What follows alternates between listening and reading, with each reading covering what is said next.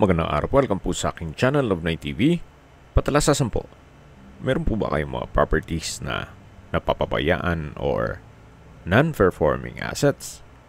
Plan yung ibenta, pero wala kayong oras pagbenta nito. Kung ito'y pagkakatiwala nyo po sa amin, tawag lang po kayo sa aking numero, usap po tayo, gawan ko po ng video for free. Yes, libre po, wala po kayong babayaran. Tutulungan pa namin kayong mabenta ang inyong property. Kami na po bala sa marketing, sa boosting or paid ads. Even sa tripping, hindi na po kayo mapapagod sa pag-entertain ng mga buyers. Kami na po bala sa lahat. Tawag lang po kayo. Nandito po tayo ngayon sa boundary ng Dasmariñas at Silang Cavite kung saan meron po tayong bagong video presentation. Isang residential property na 2-story house na nasa corner lot. May lot area po ito na 173 square meters at may floor area na 103 square meters. Ito po'y titulado, buhay po ang may-ari, kaya wala po kayong maging problema sa documentation o sa transfer ng title. Nasa loob po ito ng isang exclusive community na kumpleto po ang amenities gaya ng clubhouse, basketball court, parks and playgrounds, swimming pool, at marami pa pong iba. At kung seguridad naman po ang pag-uusapan, wala pong problema gawa ng meron pong 24 hours security. Kaya safe na safe po ang pamilya nyo dito.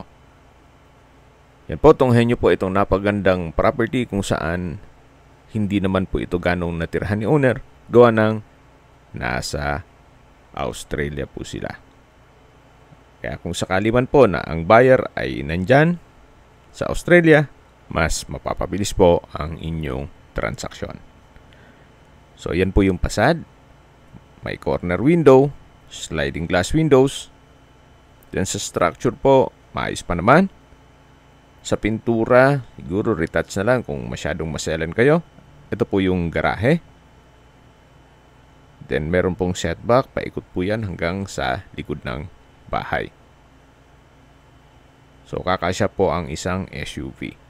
Then, yung common car park naman, gawa ng corner naman ito, kakasya po ang 3 hanggang 4 na sasakyan. Then, meron pa pong espasyo dito kung sakali man po na mahilig po kayong mag-garden. Ito po yung corner side ng bahay na kung saan meron pong mga corner windows.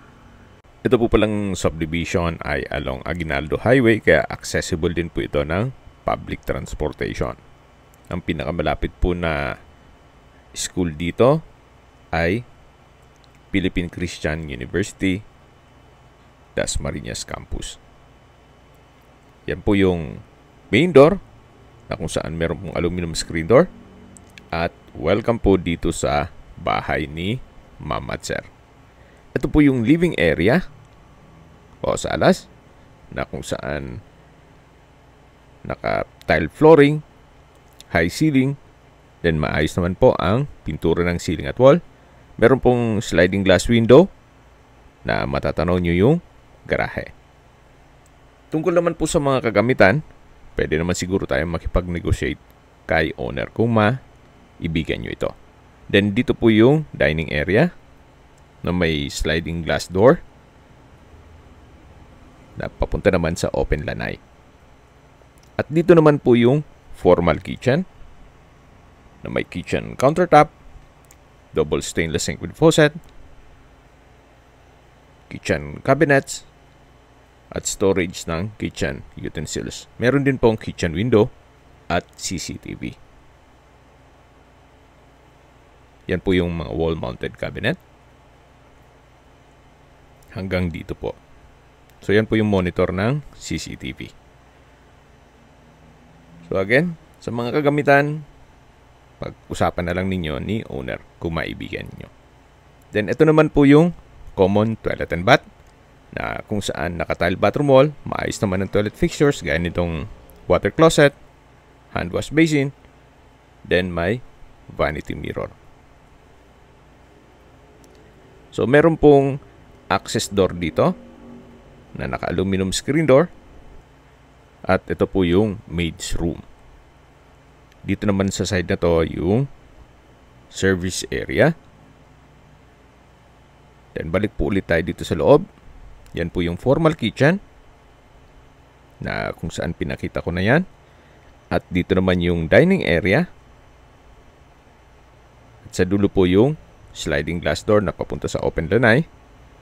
At dito naman yung living area o salas. At sa dulo po yung main door. So ito po yung tinutukoy ko na open lanai. So nasa sa inyo na yan kung sakaling lagyan nyo ng trellis once na ma-acquire nyo ito.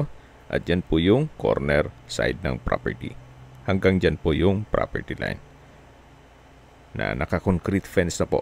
At dito naman sa harapan ay may tubular fence. So ito po yung hagdan. Akyat po tayo. Ito po yung naka-wooden handrail, then metal railing, at yan po yung corner glass window o staircase window na nag-serves as natural sunlight. Then meron pong modern chandelier. At nandito na po tayo sa second floor. Matatanaw natin yung mga kwarto. Then may vanity mirror. At check po muna natin itong first bedroom. Na kung saan sa spasyo, sakto lang. Hindi naman siya ganun kaliit at hindi naman ganun kalaki. Meron din pong built-in na cabinet o wardrobe. At sliding glass windows. High ceiling na rin po ito. Then sa pintura, wala po kayong papagawa dito. Maayos pa naman. So ito po yung first bedroom. Then mula po dito, matatanaw natin yung modern chandelier sa hagdan. Then lipat na po tayo dito sa kabilang kwarto. Na kung saan ito po yung master's bedroom. Malaki ang spasyo, may dalawang glass window with blinds. Then from floor to ceiling po, itong wardrobe, wooden design ng tile flooring. Then meron po itong sariling toilet and bath. Na kung saan maayos din po ang toilet fixtures, gaya ng water closet, hand wash basin, vanity mirror. Meron din po itong bathtub, bathroom window, then naka-tile bathroom wall na rin po. From floor to ceiling po yan. So ito po yung toilet and bath ng master's bedroom. O ito po yung second bedroom. Then meron din po itong access dito sa may balkonahe. Na kung saan meron pong coffee table na 2-seater. At mula po dito matatanaw nyo ang inyong mga magiging kapitbahay. Hanggang dito po yun sa dulo. Napakaaliwalas po. Although umuulan, pero hindi mo mararamdaman yung parang malungkot yung panahon. Yan po, napakaaliwalas. Napakatahimik. At syempre dito po sa area to, nasa mataas na lugar, kaya malamig din po ang klima dito. Then, flood-free area. So balik po ulit tayo dito sa loob. Yan po yung master's bedroom.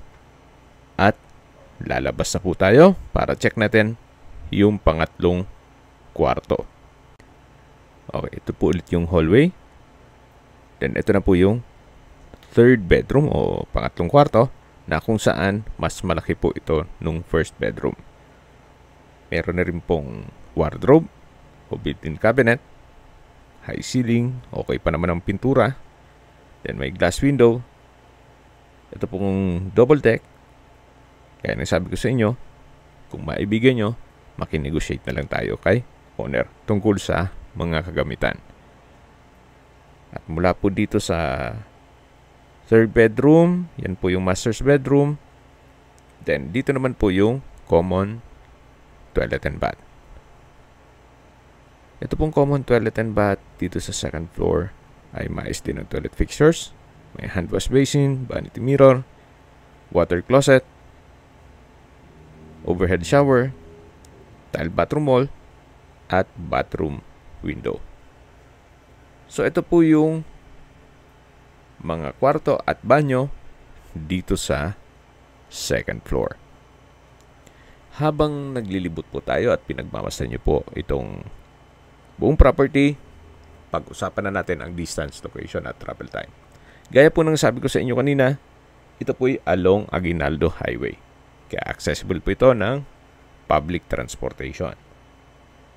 At ang pinakamalapit po na school o university dito ay